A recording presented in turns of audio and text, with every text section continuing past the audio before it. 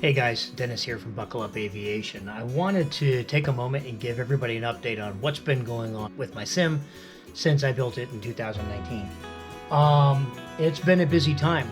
Since that point, X-Plane 11 has progressed a bit further. More importantly, TorqueSim teamed up with RealSimGear, who are the maker of the MFD, PFD, and some of the avionics here in my setup. They teamed up in order to create a version of the Cirrus SR22 for the X-Plane 11, and they have made it as realistic as I've seen. This is definitely now a much better setup for the hardware that RealSimGear sells.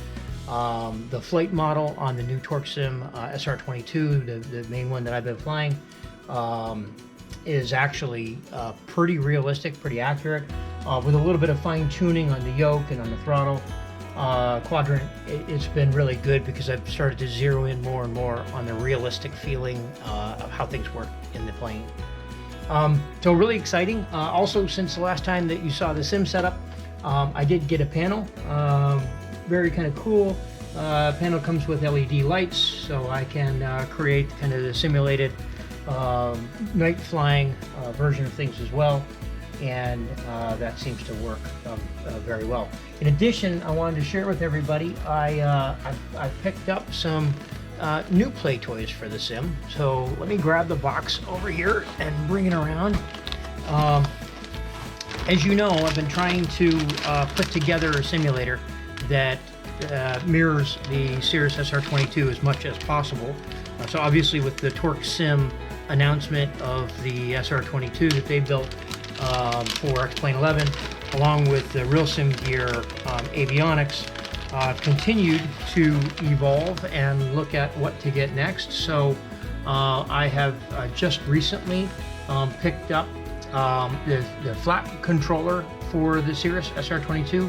In addition, it comes with the fuel selector for the SR22, which has the off position on both sides, left and right, but also then the ability to switch the tanks between left and right. In addition, I've got the fuel pump here, both the boost and the prime, so I can simulate that, as well as the starting mechanism for the SR22. So that's going to be really awesome to go ahead and get set up here shortly, and I'm pretty excited about it. And so this is pretty much what you'll find in an airplane, albeit that the fuel selector is down on the main console.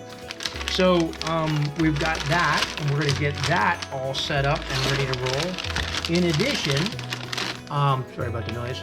In addition, I wanted to show everybody the other piece that I got for the SR22, and that is I went ahead and got all of the switches. So battery 1 and 2, alt 1 and 2, avionics, nav strobe, landing ice, pitot heat, ice protection, as well as the flow of the ice protection, normal versus high, the backup pump as well, and then everything that turns the instrument lighting and the panel lighting up and down. And so I'm going to combine this with the fuel selector, the flap indicator, and all that you saw a minute ago, and we're going to go ahead and get those set up to go across here for the switches. And then what I'm thinking about doing is down below here, building a section where I can mount the throttle quadrant into a wooden panel, tie together the pitch, the propeller pitch control and the throttle control, tie those together to simulate the Cirrus throttle, but mount that down on this kind of center panel, this wooden panel, and then I'll have a spot right across here where I can put the fuel selector, the flap indicator, and all of that. It'll be somewhat close to where the real flap indicator is, but again the fuel selector will be up here versus down in the center section. In addition, I did get one other thing. It's in a box in here, and I'm going to go ahead and unbox it right now. I have not opened this one yet, so let's see what we got. Alright. So, as you guys know, I've been flying a range of different aircraft. Some of them have had, I've been to Cirrus having the Garmin Perspective and Perspective Plus unit in it, but some of them have a G1000. And the key to the G1000 is the kind of the center control unit, and that is this right here. So what I did is I went ahead and bought that. That is going to fit right into this opening, so that I'll be able to fly a range of aircraft that are using the G1000, and I'll be able to actually simulate the G1000 experience pretty realistic. So now I'll have the ability to simulate G1000, the Garmin G1000, the Garmin, the Cirrus Perspective, Perspective Plus capabilities, and yeah, very, very exciting moment. So for those of you that have been following along, you know I've been putting this thing together piece by piece for a while.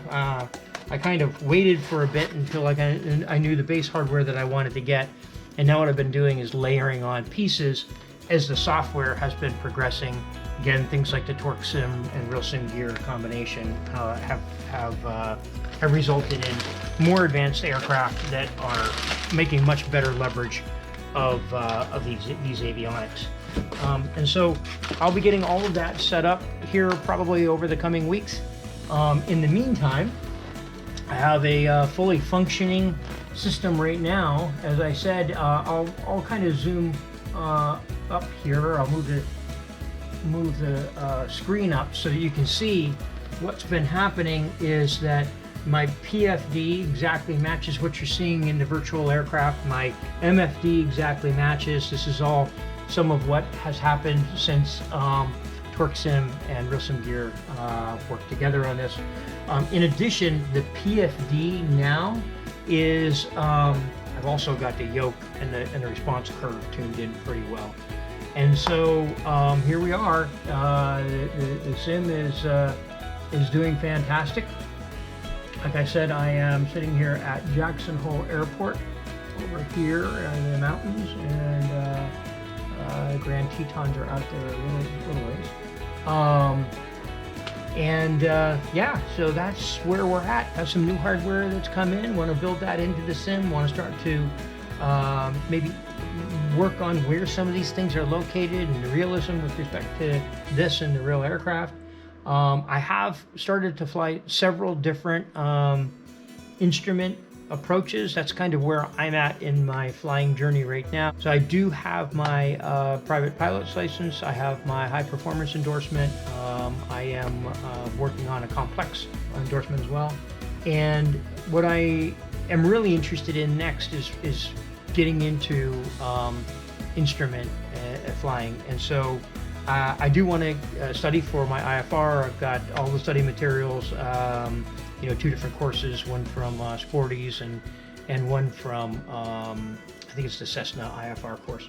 So what I've got is the ability to fly and practice IFR approaches, IFR departures, as well as really set up a complex IFR flight plan.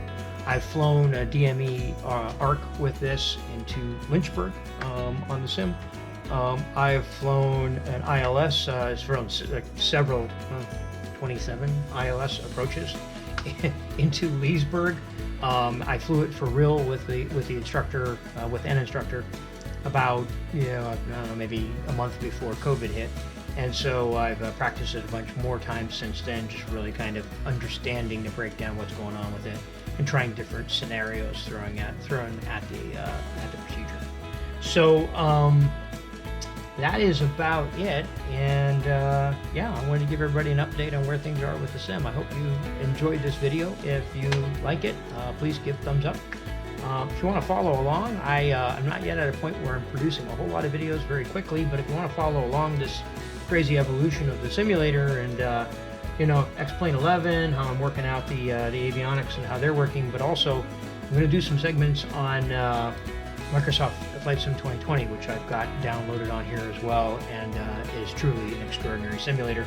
Not yet fully integrated with all of these avionics, but I have got the throttle quadrant set up, I've got the yoke set up, I've got my rudder pedal set up. So that's all looking pretty good. But I'll be covering the evolution of that as well if you want to follow along on the channel.